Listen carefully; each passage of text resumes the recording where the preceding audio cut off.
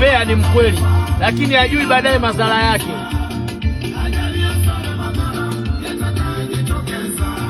Hajali hasa madhara yatakayojitokeza. Mara nyingi Mbea ni mkweli, lakini hajui baadaye madhara yatakayojitokeza. Sawa wasomi?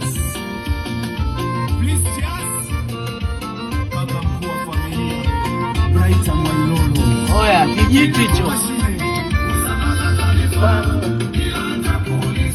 Mbea usambaza taarifa bila kuulizwa, bila hata kuulizwa. Yatakayojitokeza, hajali hasara madhara yatakayojitokeza kwa umbea wake. Hutumia vocha na bando.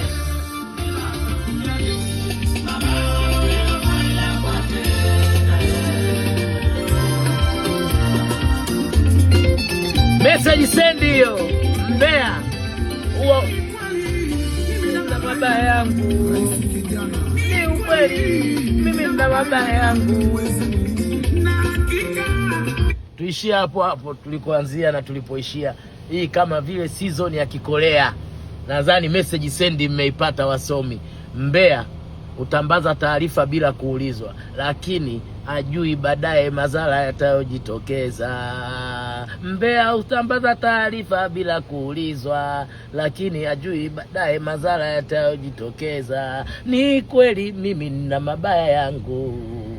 Ni kweli mimi nina mabaya yangu. Lakini Mbea ajui baadaye madhara yatajitokeza. Utambaza taarifa bila kuulizwa, utumia vocha na bando kwa faida yake. Ni kweli mimi nina mabaya yangu. Wasomi hai. About the condition some people there, you know, cockroach. Ndio maisha yetu tulojichagulia. Oya wasomi, tupambane. Game ngumu ili season. Oya tena season hii ya Kijerumani. Si unajua ukoloni wa Ujerumani? Oya wasomi, season ya Kijerumani. Kama ushafuatilia mambo ya Kijerumani, ukoloni wa zamani wetu to, unatubu mwenyewe, unasema basi bwana, nitaendelea kuuza nyanya, pilipili, nazi, maisha yaende. Season ngumu sana wanangu. Ngumu hii season ngumu. Si wenyewe palapata nyingi. Lazima tuzunguke sehemu bwana, inigee chochote nirudi nyumbani. Ndio maisha. Huwezi kuwa na season ukavimba. Season ni ngumu. Yaani hata wewe unakaa Mbezi Beach, utarukaruka baadaye kuna mtu alokuzidi. Lazima umzungukie bwana, chochote nirudi nyumbani, hata umeme uwake, uzamu yangu lupu. Wasomi hai.